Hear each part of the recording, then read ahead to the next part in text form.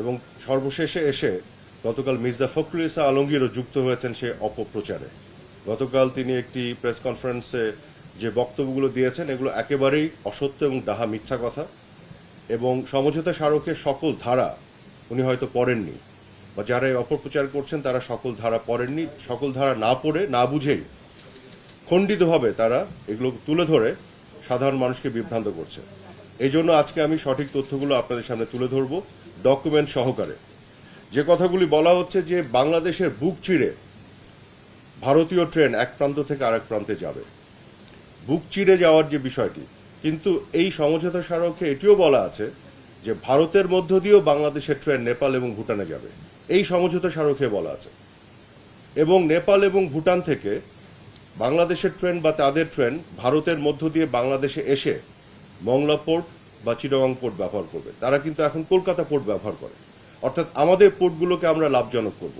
তাহলে কি আপনি বলবেন যে ভারতের নতজানু পররাষ্ট্রনীতি হয়ে গেল? তারা তাদের কলকাতা পোর্টকে বঞ্চিত করে বাংলাদেশের পোর্টকে লাভজনক করে দিচ্ছে। বিষয়টি কিন্তু আসলে আঞ্চলিক সহযোগিতার বিষয়, রিজিওনাল কানেক্টিভিটির বিষয়। তো এই বিষয়গুলো না বুঝে এই অসত্য কথাগুলি বলা হচ্ছে। তাহলে আরেকটি জিনিস দেখেন কিভাবে তারা হাইড করে গেছে। এটা একটা বিশাল অর্জন আছে আমাদের এই সমঝোতা স্মারকে। আপনারা দেখবেন যে নেপাল থেকে ভারতের মধ্য দিয়ে ভারতের যে গ্রিড লাইন, সেই গ্রিডের ট্রান্সমিশন লাইন দিয়ে আমরা নেপাল থেকে 40 মেগাওয়াট বিদ্যুৎ আমদানি করব, এবং যখন আমাদের শীত মৌসুমে বিদ্যুতের চাহিদা দেশে কম থাকবে, অতিরিক্ত প্রডিউস করতে পারবো, আমরা রফতানিও করতে পারবো। তাহলে কি আপনি বলবেন যে ভারতের বুক চিরে বাংলাদেশ নেপাল থেকে বিদ্যুৎ আনবে এবং বিদ্যুৎ রফতানি করবে? এখানে তো পুরোটাই আমরা লাভবান হব। কাজে এই যে সমঝোতা স্মারকের এই বিষয়গুলো একেবারে উল্লেখ না করে, সমঝোতা স্মারকের পুরো বিষয়টি যে একটা উইন উইন, দুই দেশের জন্যই যে লাভজনক, এই বিষয়টি উল্লেখ না করে খণ্ডিতভাবে তারা অপপ্রচারের স্বার্থে এই মিথ্যাচার করছে, গোলামি চুক্তি বলছে, নতজানু পররাষ্ট্রনীতি বলছে।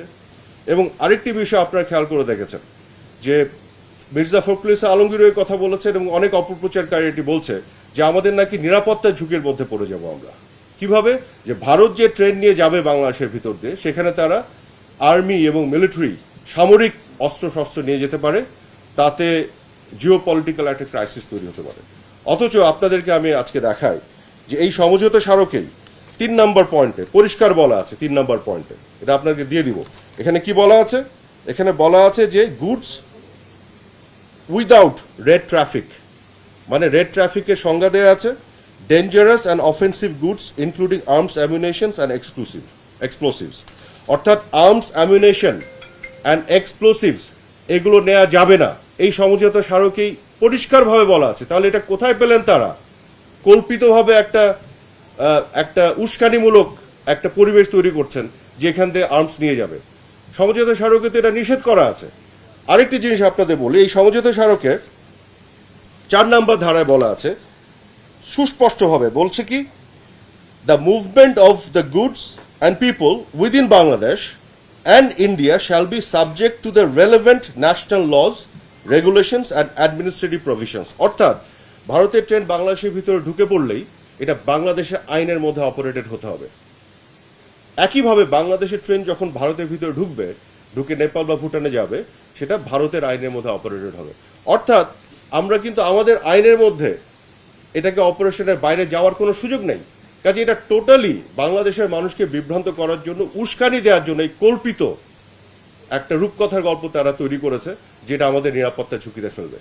গোটা বিশ্ব আজকে এগিয়ে যাচ্ছে রিজিওনাল কানেক্টিভিটির মাধ্যমে। আপনারা দেখেছেন ব্রেক্সিটের ফলে আজকে যুক্তরাজ্য অর্থাৎ ব্রিটেন কি ধরনের বিপদে পড়েছে, আলাদা হয়েছে।